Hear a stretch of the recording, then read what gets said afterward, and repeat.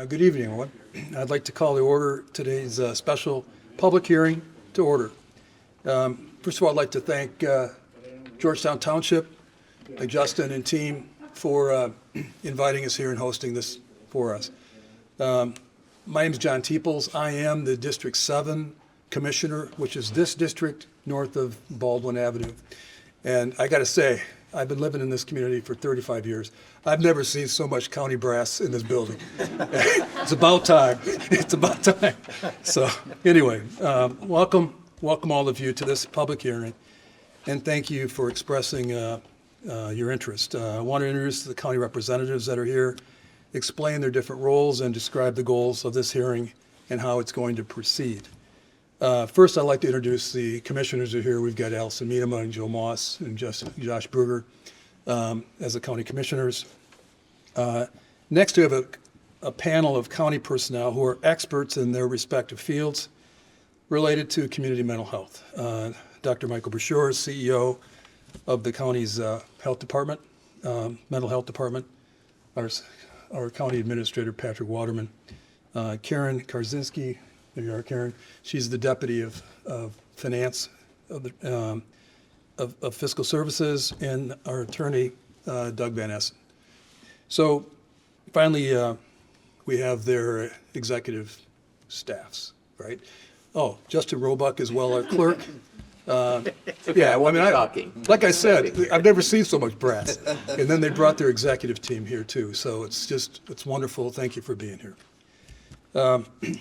So let me talk about the goals of this proceeding. And the Mental Health Code obligates the county to hold 3 public hearings before commissioners consider whether to convert the Ottawa County Department of Community Mental Health into its own authority, which would then become the Ottawa County Community Mental Health Authority.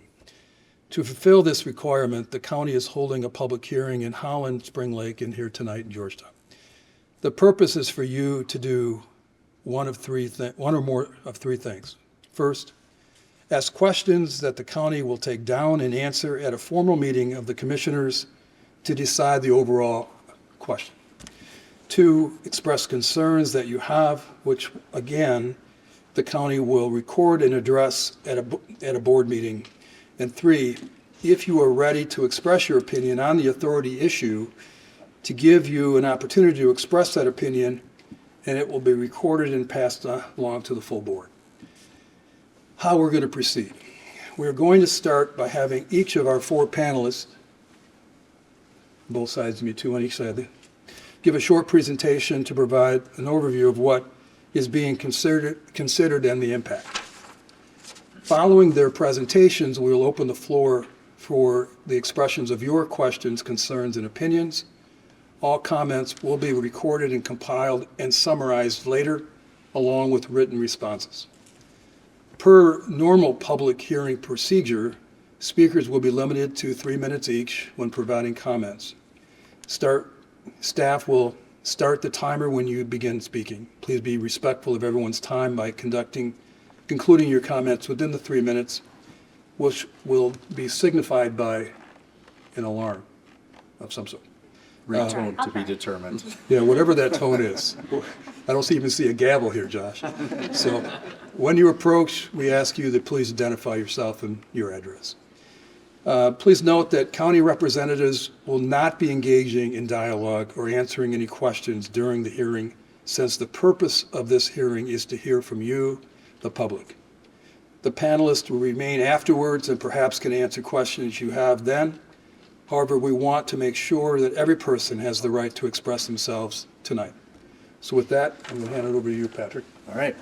Very good. Thank you. So just on this intro slide, first thing I want to point out is this website. And this is something we just created, so I encourage you guys to go there. This website will be the source of all of the questions and comments that are collected through these public hearings, as well as what flows into the board's ongoing meetings. We've already received some questions via email, and those will be recorded here too. Also on this website, you'll have access to 3 things. One is the CMH Authority Report, which was produced by this team, and there was a lot of time and research that went into that report, the findings, the pros and cons, so to speak, of the authority consideration. And so that is kind of the Bible of what we're going off of around these presentations, and that's a good resource for the public to go to if you really want to dig into things, because we're going to be at a very high level tonight. The other thing that's on there will be a recording. Scott from our communications team is here recording this. He won't be recording all three, but this will provide an opportunity for the public that can't make these meetings to at least see how they're conducted, see the presentation, and then be able to have access to the information that I just said. And the third thing, I'm trying to remember the third thing that's on here. We've got the study. I think that's it. I think that's. Are you putting this PowerPoint on there too? Yeah. The PowerPoint. Thank you.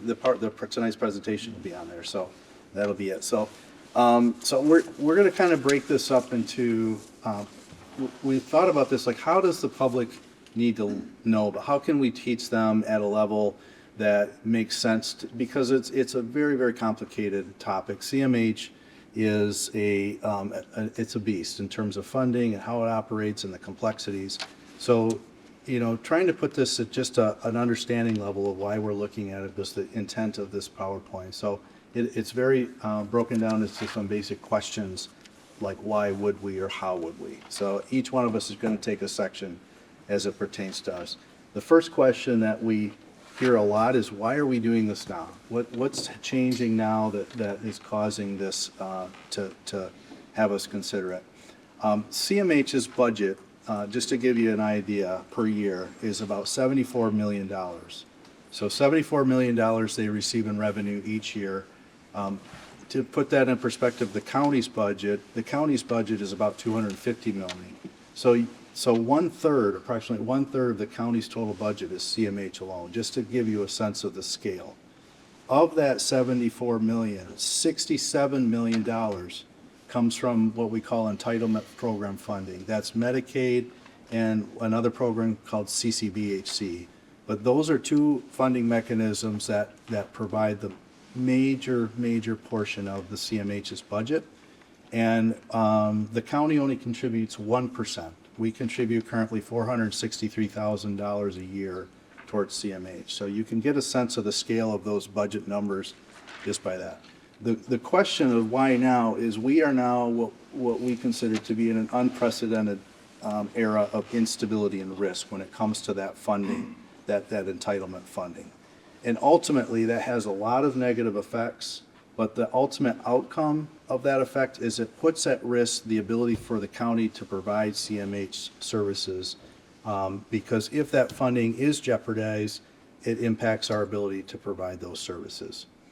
And we're concerned about that funding running out. You hear a lot in the news about Medicaid funding and the instability of it. It's talked about at the federal level, it's talked about at the state levels.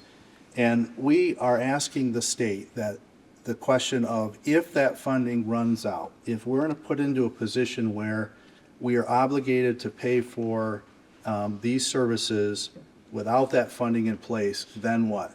Then what, state of Michigan? Will you come in and backfill that funding for us?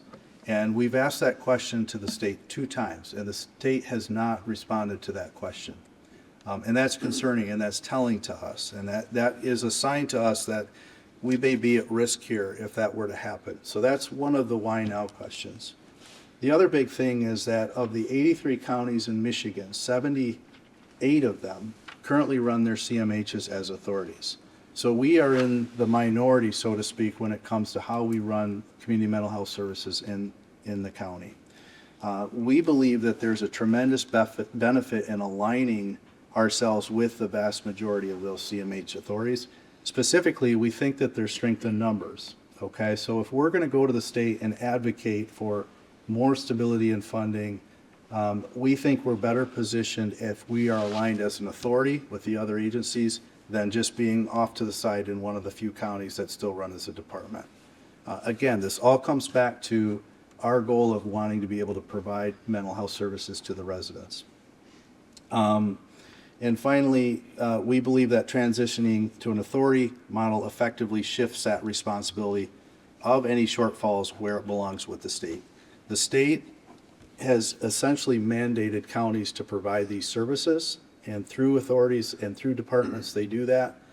But the state is silent when it comes to the what-if question, and that's why we're looking at this. So I'm going to turn it over to Dr. Brashears.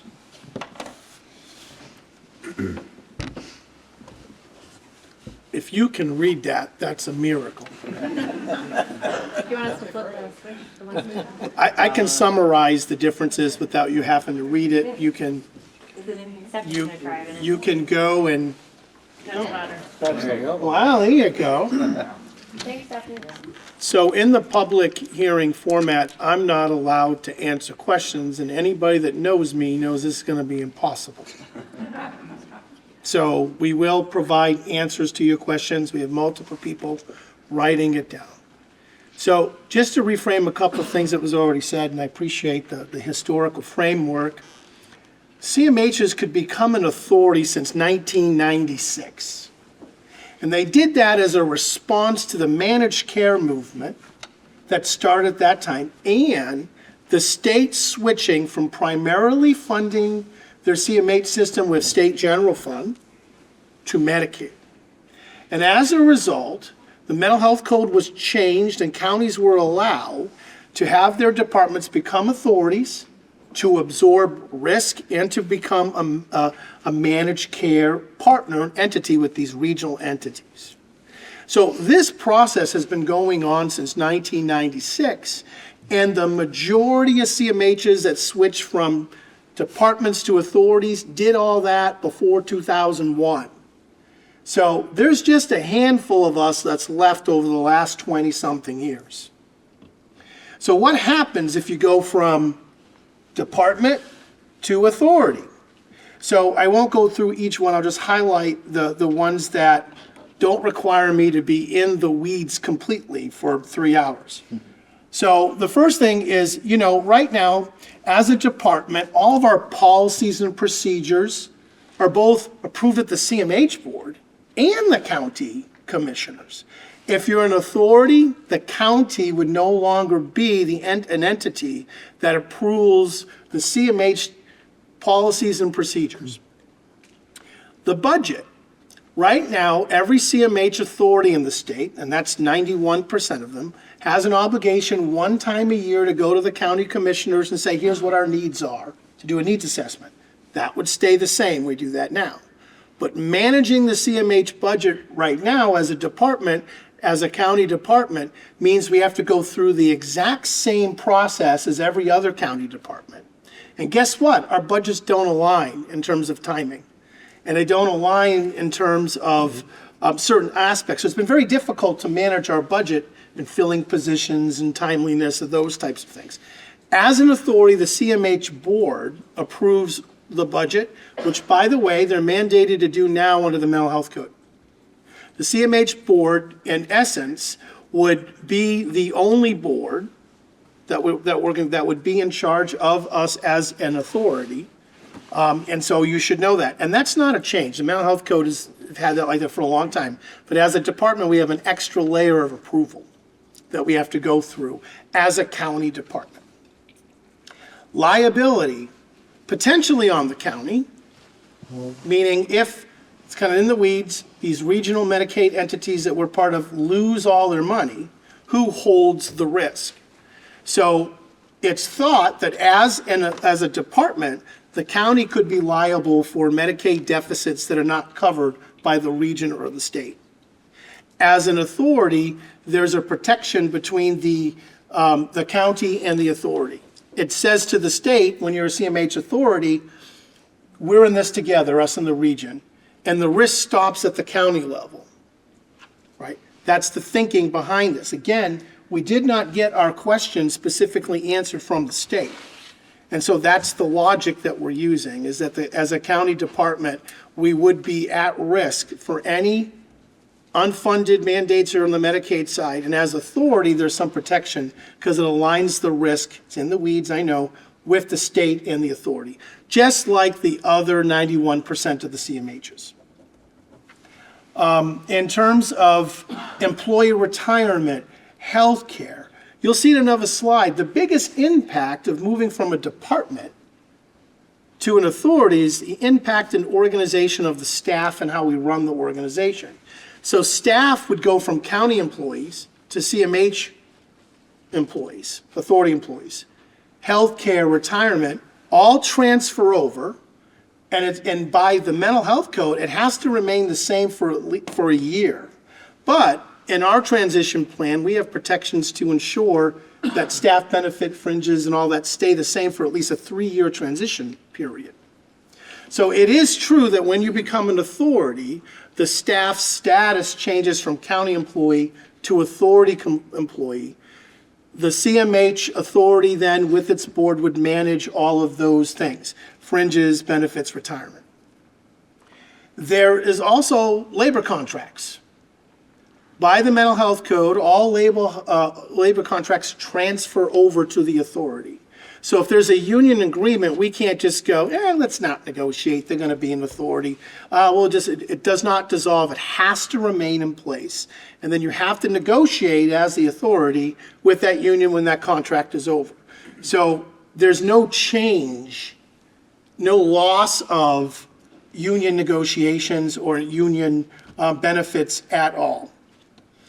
You have other stuff here. We have purchase of leased property and equipment. Right now, it's approved by the CMH board, and it would be by the county commissioners as an authority. It would be approved by the CMH board. Now, something to know. In every instance where a CMH has gone from a department to an authority, the department or the county can't kick CMH out. You can't say, well, what's going to happen? Are they going to need new buildings, new cars? All of that transfers to the authority, and we can have a lease agreement with the county to maintain the same space, the same locations. But as an authority, I have the ability to expand out and gather new places in addition to what we have. And if you've been paying attention to CMH board meetings, I've had a lot of space issues over the last 2 years. So there's no risk of the county kicking the CMH department out of the buildings when they become an authority. In fact, it's been people have sued on this, and they can't. So there isn't an intent or an ability for that to change. We're able to enter into contracts and agreements as a CMH board, as an authority, with a lot more nimbleness and flexibility. We can borrow money. We can do all kinds of things that as a county department we're restricted within the rules and regulations of county government. Now, that could be good or bad, but just remember, it definitely decreases our ability to deal with any deficit without being able to pull other levers to get other funding. So there's a change in that. Same thing with debts, same things with, you can talk about litigation here. It says, commerce and deferred litigation approved by the Board of Commissioners as an authority, approved by the CMH board. It just shifts the body that manages it. I don't think there's a change besides that, who's doing it. Governance, this is a big deal. Right now, the county commissioners appoint every single CMH board member. That does not change if we become an authority. Under the mental health code, only county commissioners and the county commission can elect and select CMH board members. That cannot change if we go from a department to an authority. It's the law. Now, it could change if the mental health code changes, but you need 2/3 of the legislature to do that, and good luck. But for the public to understand, there's no change in terms of how our board members get appointed. That stays exactly the same. And it's important to understand that. And so the governance structure, the CMH board becomes the primary board, CMH authority board it would be called, that manages the operations. And right now, it means exactly the same thing in the mental health code. The CMH board has to approve all contracts right now, is responsible for approving all of our budgets, is responsible in monitoring the impact of needs assessments for the community. So the CMH board's functions stay exactly the same as an authority, but what's different is now there isn't another layer of government above it to exist in that same space. So as a county department, contracts still have to get ratified at the county level. This would not be the same if we were an authority. It would stop at the CMH level, but the same amount of oversight, right, that's there on there in terms of the CMH board's role and function. There's no change to financial aid. Or financial audits there are. So as a department, there's a special revenue fund of the county that is a portion of paying for that. And what we would do is have our own audits of CMH, just like the rest of the CMHs in the state.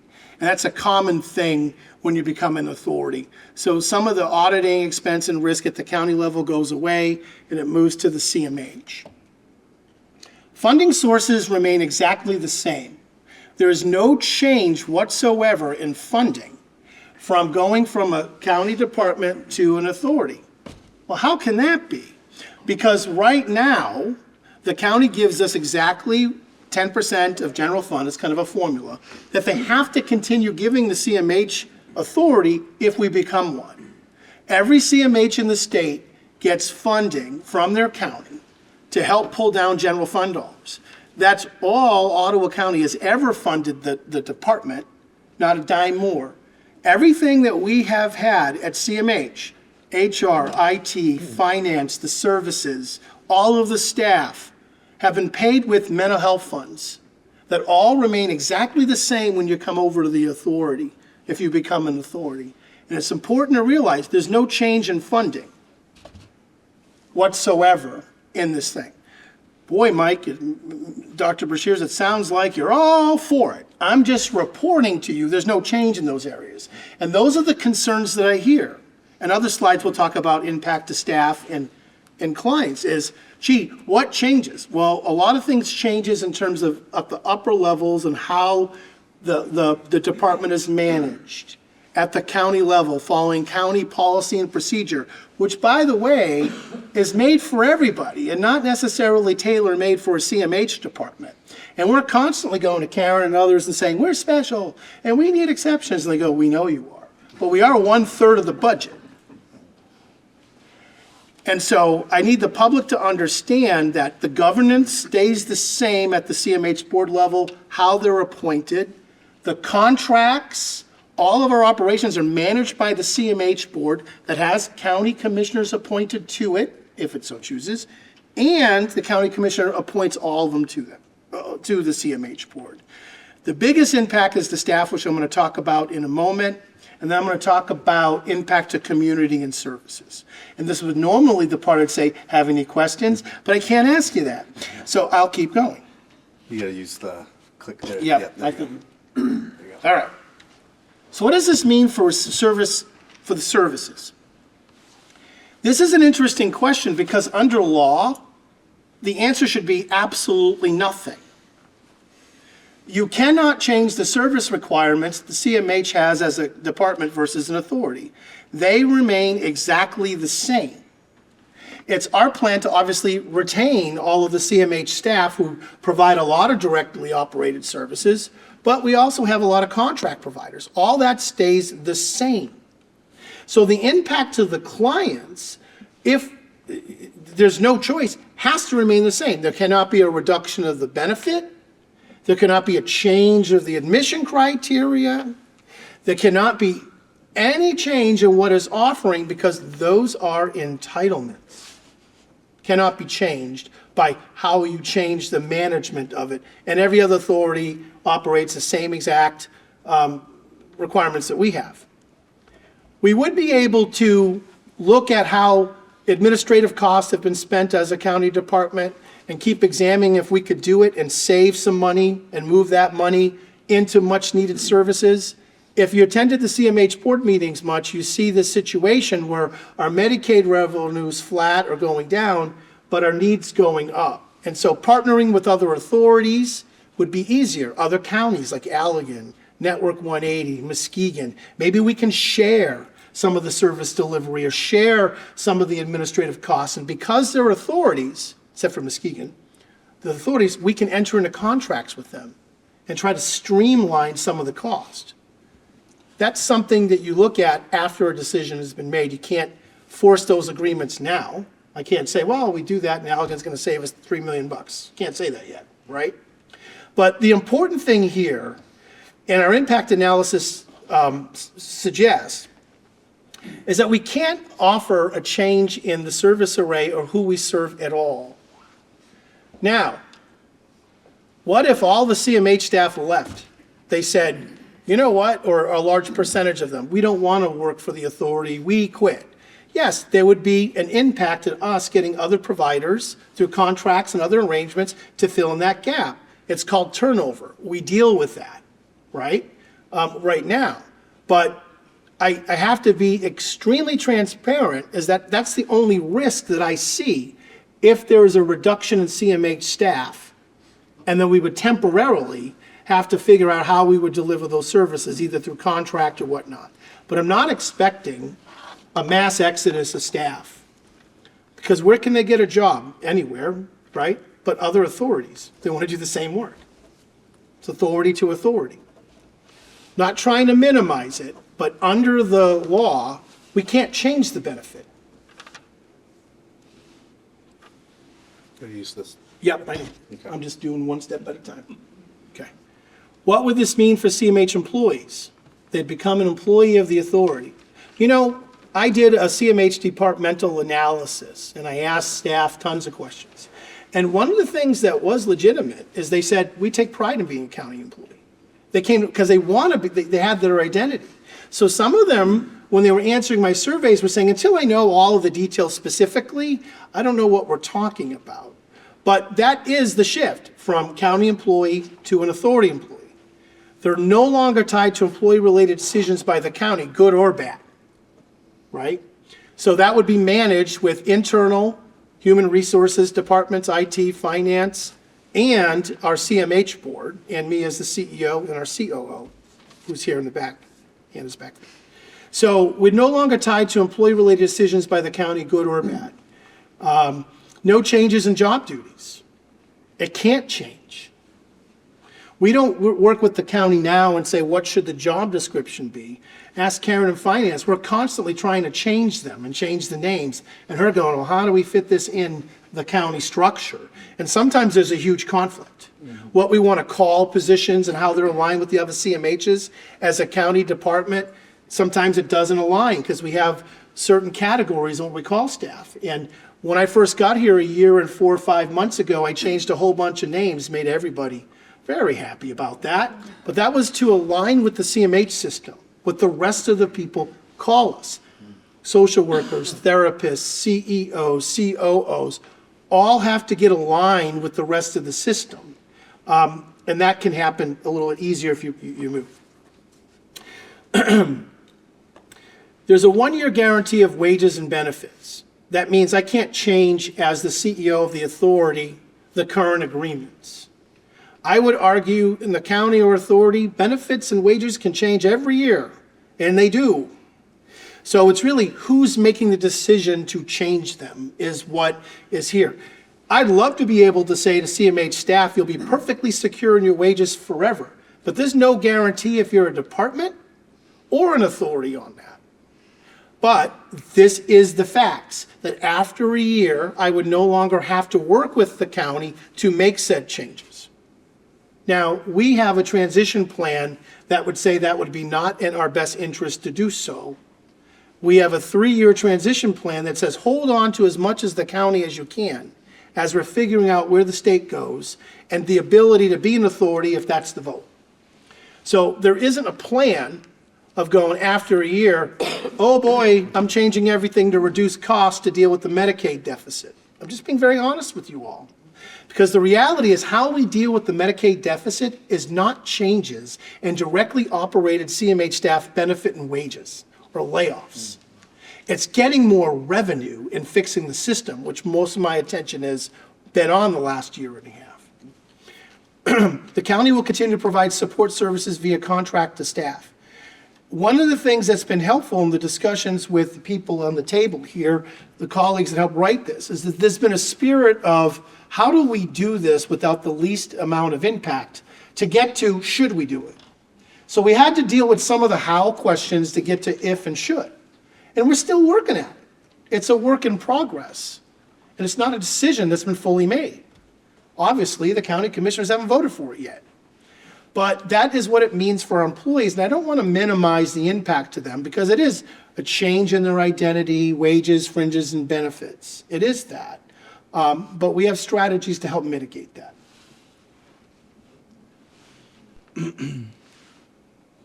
What does this mean for our county? I'm going to hand this over Karen. to Karen. So what does it mean for the county? So as Dr. Bashir's talked, he mentioned that the county provides services to CMH. So some of those services we call overhead. So as we provide those overhead services, some of them are cash management or personnel budgeting or changing position names, as he says. Some of them are processing contracts through to the Board of Commissioners. Some of the overhead will go away, right? Some of that overhead will not happen anymore. So that'll be a savings. Some of the overhead to the CMH as a department. So that will be a lost revenue because we won't charge that anymore. So we will lose that revenue potential. We will lose that overhead.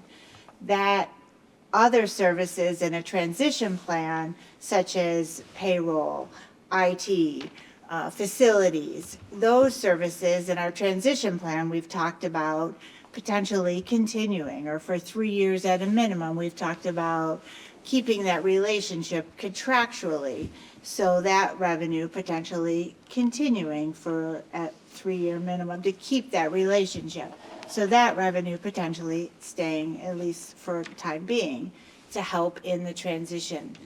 But there truthfully could be this loss of revenue as time goes on. And they've already mentioned, the Board of Commissioners oversight of operations is appointing the board CMH. Currently with departments, I think the board always sees, one of their main sense of control is budgeting. I would argue that, with CMH, Medicaid is Medicaid. You get a number, that's your budget, right? So it's all about getting within that budget. Your control of CMH really is appointing that board and then managing within that Medicaid dollar. So it will continue to be appointing the board and managing within those dollars. If you compare county's AAA bond rating to your personal credit score, it would be like having an excellent credit rating, the best, highest credit rating possible. The county wants to maintain that excellent credit score so we can borrow and save money, to pay that lower interest rate and save taxpayers when we borrow. CMH operates, as we talked about, the operations are 90% Medicaid. So the county really has a very small portion of that. 90% of that is dictated by another source. As you heard Dr. Bashir say, those are mandated services. You cannot change them. We have to provide it. You cannot change them. We can't change them in the first year. We can't change them today.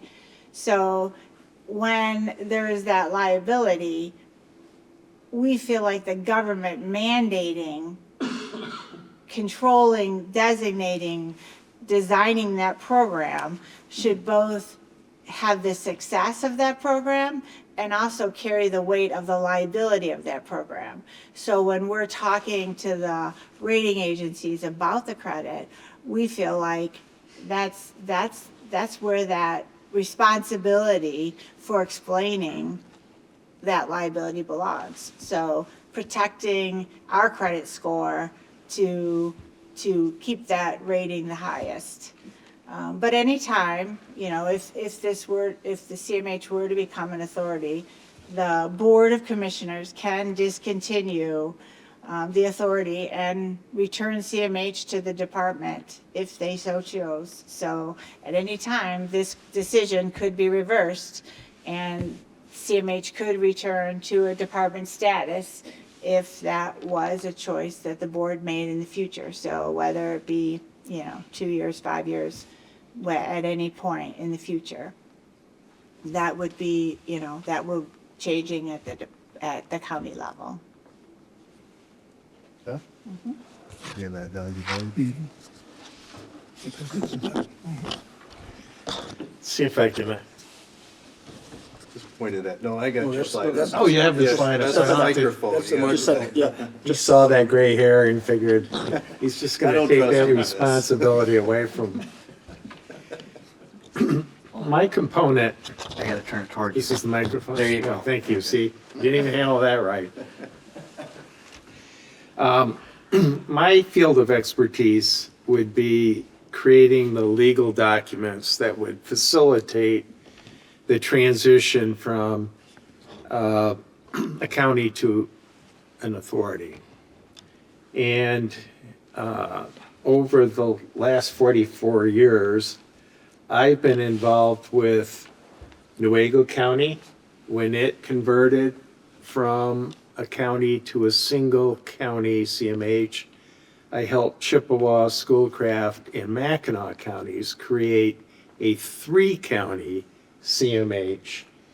I also assisted Ottawa County in creating a dispatch authority that linked the sheriff's department's dispatch, Michigan State Police, Grand Haven, and Holland into one dispatch entity. These are all events that happened in the 80s and in the 90s, including the CMH authorities. The drive in those instances was to enhance the professionalism of the organization, whether that's dispatch or mental health.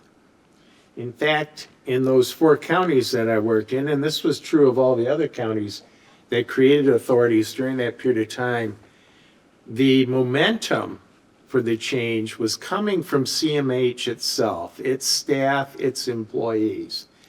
They believed that a dedicated mental health board or a dedicated dispatch authority that was only focused on one thing, namely that activity, would better suit the delivery of services. And if there's a need for additional mental health personnel, it's better to have the mental health board decide that exclusively than the county board of commissioners to have to authorize these additional positions. I mention that because the process has not changed in 40 years for creating it. The climate in which we change is markedly different. So in the 80s and 90s, these organizations, whether they were the dispatch operations or the mental health, pretty much asked the counties to enact the enabling resolution and create the authority and then get out of our way. From that moment forward, we'll take the responsibility of dealing with the unions to transition that. We'll handle our own HR services, IT services, and the quicker they could get away from the county, the better towards their dedicated unit. So back in the day, it was simply a matter of creating the enabling agreement and letting the operation then move at its own pace to create its own processes on its own, which they were more than happy to undertake. Well, in 2026 now, we have a lot more IT than we had in the 80s and the 90s. HR is much more complicated than it was in the 80s and the 90s. Even fiscal management and the fiscal nature of CMH has changed dramatically. Medicaid has grown and the entitlement nature of CMH has grown dramatically. To give you an example, back in the 80s and the 90s, the counties and the authorities were entitled to have their own rainy day fund. It was an internal service fund, And so you took the savings that you had from one year and you used that to fund next year if there were a deficit. If you didn't have enough funds, the state of Michigan would step forward and fund that. Now, the state of Michigan didn't like repeatedly doing that. And so in 2001, it created these intermediary PIHPs that would then take all the county internal service funds. They would be responsible for creating the rainy day funds. They would be responsible for the situation in the years where there was a deficit. So in the counties that I worked with, the internal service fund that they had went to the authority. This was pre-2001. Since that period of time, the Ottawa County Department has not been allowed to create an internal service fund. Our fund went to the original 13 county PIHP. It's now whatever remains of it. I'm sure it's all gone, but that process is now held by the Lakeshore Regional Entity. And what the state has been doing, it did it through the original PIHP process, and it's doing it now, is constantly reducing the size of increasing the size and reducing the number of these ISFs. And so because it got tired of funding Wayne counties, well, put Wayne County with a bunch of other counties. With us, they took our internal service fund and combined us with 13 counties, then 10. Now the proposal is to take the state into 3. And all of that's being done in part to try to resist the situation or eliminate the situation where the state is taking over the internal service fund. So in our case, we don't have that process to worry about the internal service fund transferring. But we do have a situation where it would take some time to untangle the CMH operation from our IT services. We have a lot of multi-year contracts with IT. HR, the authority wouldn't be in a position immediately to take over that function. And the same with some fiscal services, most notably the cash flow that is necessary to finance an entitlement program that may even be breaking even, although they never break even. They either have a surplus or you have a deficit. But even in a good year where you end up with a surplus, you may have periods of time where the federal funding through the state has not come in, and you need the county's cash flow to make payroll and make sure the vendors are paid. So we've developed what in essence will be a 4-year plan if the County Board of Commissioners in February decides to move forward. Takes a year under the statute before the authority actually is operational. It's in this nebulous gestation period, if you will. It's a 1 year gestation period. And during that period of time, the county would be working with the authority to transition the labor agreements, to ensure that we had a new pension system set up so those who are in the defined, we have 33 employees, I think, in total that are in a defined benefit program that the county eliminated years ago, but has grandfathered these people along. So we've already talked to MERS about how we would set up a new MERS plan for CMH authority, and those retirees and those current employees would be shifted to that new MERS entity. The county would establish the basis for the funding of that.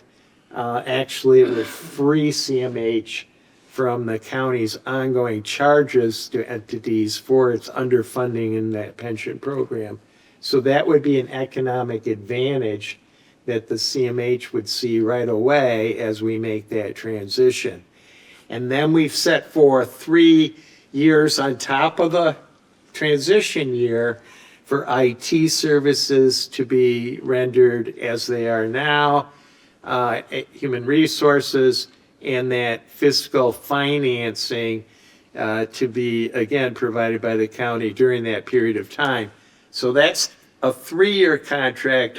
Once the entity became legal, or operational, which would be as an authority in February of 2027, unless the state pushes that back to October 1st of this year to sync the fiscal years of the state and the authority and the county. So those documents have already been developed, and what's important about that is there will be no increase in the charges to the CMH authority from what the county internally charges them right now for those services. So again, we've minimized and cushioned the economic impact that any change to the authority would have, that would give the authority basically 3 full years to find alternatives for the county services that it's currently paying for. When we created the 911 authority here in Ottawa County, one of the reasons we did it was because we knew we were going to fund it through a millage. And the belief was in 1980s that the public trust would be greater in approving that millage if the public knew that all the funds from the millage had to be appropriated by the county to the 911 dispatch authority rather than potentially go to administrative services. The same would be true with our millage here. If it passes, instead of the county taking any administrative costs out of those millage funds, 100% of the millage revenues that would they come into the county because the Board of Commissioners actually has to appropriate those funds. But 100% of those funds would have to be appropriated to the authority. And that will, in the long term, give the authority the discretion to decide if it's better off with its historical costs that it's being charged by the county for IT, or whether it's prudent for it to take its administrative revenues and spend those with a private provider. And it has 3 years after the operation date in 2027 to figure all that out. So what would be happening is the enabling agreement and legally the setting up of a new MERS, the bargaining with the county's unions to transfer that effective, those contracts effective to when the authority became an actually operating entity. And then this 3-year transition agreement with the county that would give the authority time to provide these internal administrative services on its own. Okay. All right, last slide, and then we're going to open it up. Just next steps, just to kind of give the public an idea of what would happen after this. So we'll continue to hold the remaining required public hearings. There's 2 more. We're supposed to have one last night, but it got rescheduled due to weather. As I said earlier, we're going to compile all of the oral and written comments, written communications that are coming into the county through email or on Facebook. That'll all be compiled in that resource that I mentioned earlier. And we're going to consolidate all that, summarize all that, and provide, it'll be a kind of a live living document that will provide answers. So you can probably check back daily and see new things coming in and being answered as we get it. And after it's had the opportunity to review all of the input, the board will then make a final decision on this matter sometime. We don't want to say what date yet because we want to make sure we've got all the data and everything in, but we expect it to be within the next couple months that this will be brought back for a decision. So With that, I'm going to point you again to that website, and that concludes our presentation. So if you want to open it up. So, thanks, Stephanie. Everybody wake up. Everybody wake up. So, if there's public comments, we're welcome. Please, please stand up, identify yourself, where you live. You got 3 minutes to make your point, and it's all being recorded. And the answers, again, as Patrick said, are going to be put together, compiled, and then everybody will get them at the same time, or pretty much. Again, so if anybody would like to make comments, you're welcome to do so. Somebody's got to start. Pete Plowman, Georgetown. You talked about instability, risk, and your funding. How? How is that? Why is it unstable? Why is the risk? You got 1/3 of the county's budget, $75 million. But the county's still on the hook for the liabilities because you don't know the answer to that question from what you just told us. So if there's a shortfall, the county's going to pay for it. We don't know the answer. That's what you told us. So you're going to get $75 million, and yet if there's a shortfall, the county will end up paying for that. I see where you're going to be hiring a lot of folks, so your headcount's going to go way up. So you told us a lot on how you're going to take care of the employees. You haven't really told us anything of what you're going to do for the people you're delivering services to, and that you're delivering to new locations, which is going to be additional costs. You want to move out in other areas, get new space and all that stuff. So that's additional costs that you're just going to eat up that $75 million, so that less money goes to services for the folks that need it. The governance part's really got me. I kind of understand it, but it looks like, John, that they have very little control by the board. You meet with them once in a while. I'd like to know how you fire these people. That's what I'd like to know. How do you get rid of the people? Because I can see where, is gender dysphoria a mental disease? Or do you give guidance on can boys play in girls' sports? Because that's where government goes. It gets into our life. So you're the mental health experts. So where do you go with that? We've already seen it happen with the health department, where they go drill down into the schools, close schools, you got to have shots, all that crap, science and data, and find out it's no science, no data. So I'd like to hear from you, board members and experts, for shears, and tell us what that's all about. Is that my tone? No. Sorry. Okay. There are risks growing exponentially, 1/3 of the budget, but the board still controls, what, $463,000? Can you take that money back, that 1%? Control their budget a little bit, put a little pressure on them to point them in a direction you want them to go? And frankly, will you do it, John? Because it looks like we probably won't have much, control over the board. They're going to be their own separate entity with their own budget. So we vote for you. We go to you when things don't go right. These people are unelected representatives, and they're just another bureaucracy. Thank you. Thank you. Bear with me 1 second, Bob. I need to get a pen. Oh, good. They're writing too much today. Oh, Justin. Oh, you got it? Oh, you got an extra one? Okay. I'm not gonna stand, I'm just gonna holler. All right, so introduce yourself if you will. So Bob Davis from Georgetown Township, I also sit on the Community Mental Health Board. My question is really, where are things gonna be in 5 years when this board has moved on? Great question. Right?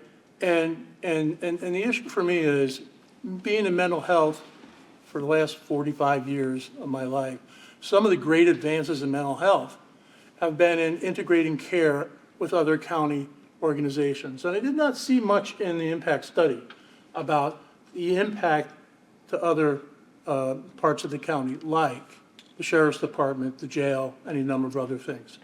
A lot of that has to do with the fact that we've sat at the table as we're in it together. What I don't want to see happen in the next 5 years is we become, that authority. Because those subtle changes really affect clinical care. Now, Michael knows I'll be in his ear about this all the time. But, so I'm not opposed or for the authority status. What I really want us to do is to do good due diligence so that that culture remains the same, that we're working together, because those programs cost us less in the long run. They cut down on hospitalizations, they cut down on a number of other things. So that's what I have to say. Thanks. Thank you. Anyone else?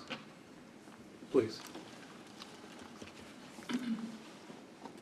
My name is Karen Linema. I'm coming here today as a parent, a patient, a mom, a lot of things. I've been an Ottawa County resident most of my life. Most of this reminds me of school funding. So I don't feel like I am able to make an opinion because I didn't have the information beforehand. I understand a little bit more of what you're saying. I'll get to my point in a minute.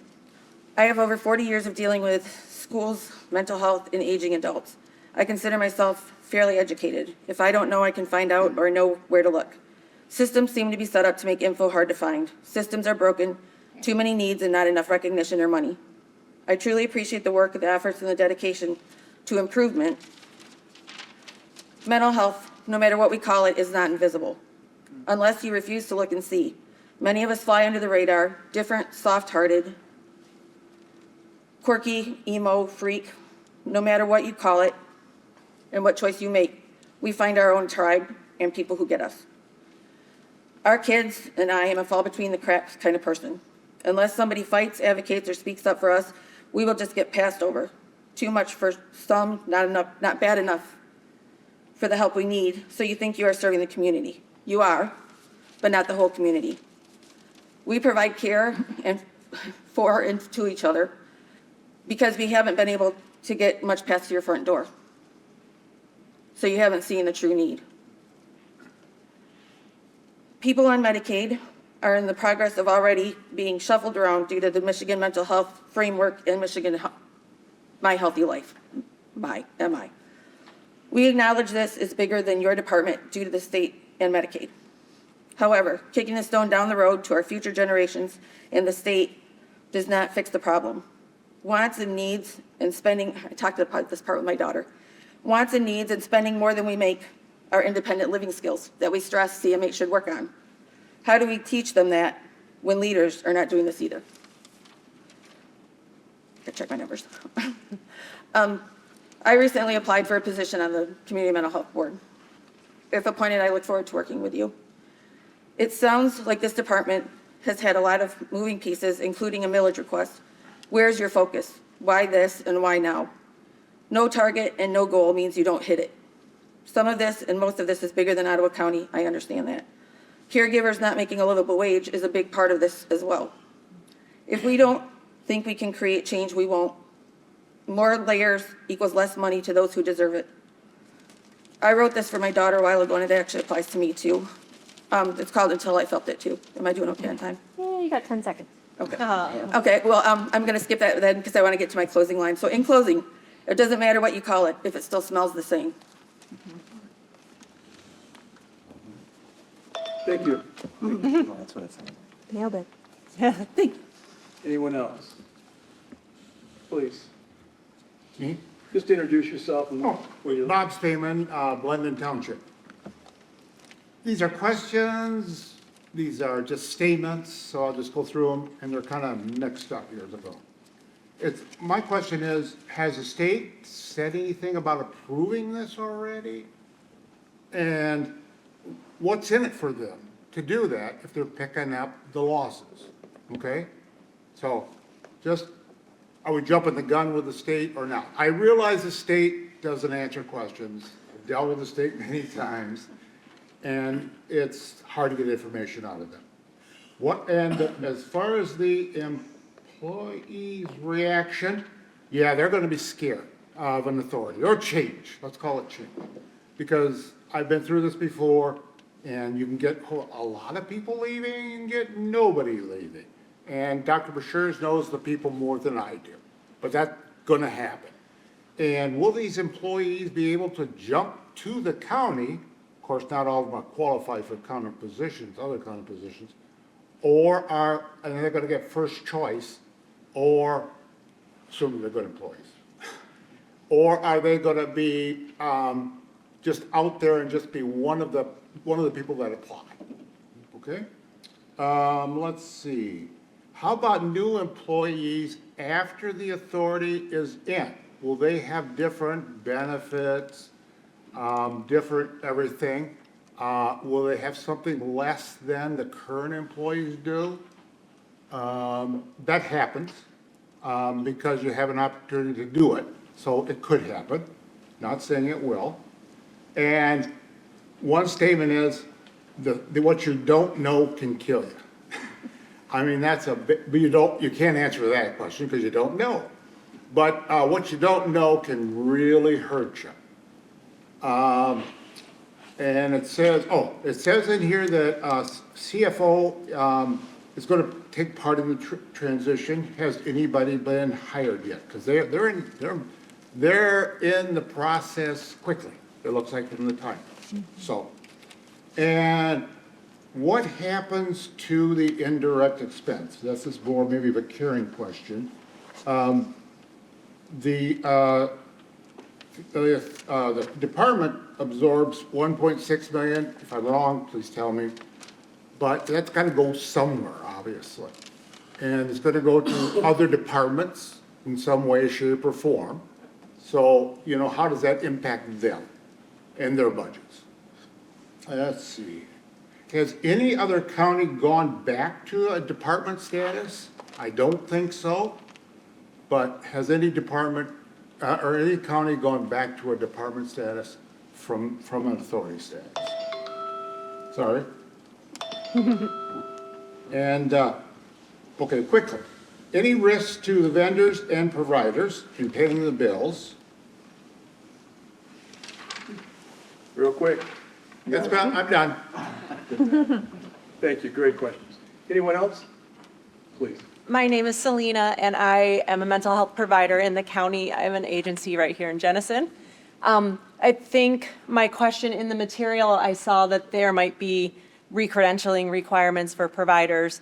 And I think one of my questions is, as a provider, what might those contract changes be? I know we were in the process of credentialing, and I met with the team, and the process to provide services for CMH was very cumbersome. The amount of time it would have taken myself, my therapist, and the administrative team to manage the contracts to provide services was very overwhelming, so we actually stepped back from the process. So I think as someone who's passionate about serving the community, especially marginalized members of the community, what will that look like from a contract perspective? Will the requirements change? So I think as a provider from that standpoint, what would change and what would that re-credentialing process look like? Thank you. Anyone else? I don't think we have anybody online. We didn't do that. Okay, so we just filling. So I gotta tell you, folks, your questions are great. You raised questions that probably none of us had totally thought of, right? So really appreciate your comments and thoughts, and I know we'll put them together, and Justin and team and the group will do that. So thank you very much, truly. Anything else? I don't think so. Appreciate everyone's time. Okay, I guess that's it. So we'll stick around if you have questions or something, maybe we can answer. But anyway, thank you again. You'll hear more about this as we go forward. Meeting over. Thank you.